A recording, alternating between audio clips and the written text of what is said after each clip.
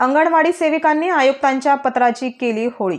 आपल्या विविध न्याय मागण्यांसाठी अंगणवाडी सेविका व मदतनीस 4 डिसेंबर पासून संपावर जाऊन एकात्मिक बाल विकास प्रकल्प पारशिवनी पंचायत समिती यांच्या बाजूला आंदोलन त्यांनी सुरू केले आहे।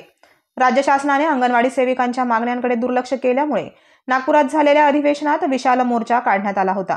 दरम्यान मुख्यमंत्री एकनाथ शिंदे, उपमुख्यमंत्री देवेंद्र फडणवीस यांनी बैठक घेऊन तात्काळ मागण्या पूर्ण करू असे आश्वासन देखील दिले होते। महाराष्ट्र राज्य मुंबई एकात्मिक बाल विकास सेवा योजना आयुक्तालयाद्वारे 22 डिसेंबर रोजी पत्र काढून महिला बचत गट, आशा वर्कर्स आणि सुशिक्षित विद्यार्थ्यांना पोषण आहाराचे वाटप करण्यास सांगितले। याशिवाय अंगणवाड्या चाव्या घेऊन उघडण्याचे आदेश या पत्राद्वारे देण्यात आले होते।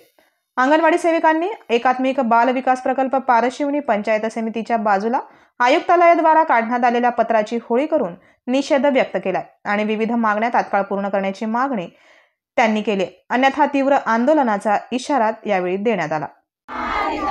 हमारी यूनियन, हमारी ताकत। आयटक यूनियन जिंदाबाद, जिंदाबाद, जिंदाबाद। आयटक यूनियन जिंदाबाद, जिंदाबाद, जिंदाबाद। आज आपण इथे या पत्रकाची आपल्या संपामध्ये 4 तारखेपासून आपण आयटक संघटनेच्या नेतृत्वाखाली काँग्रेस श्याम काळे, राज्य सरचिटणीस यांच्या नेतृत्वाखाली आपण या संपामध्ये सहभागी झालो।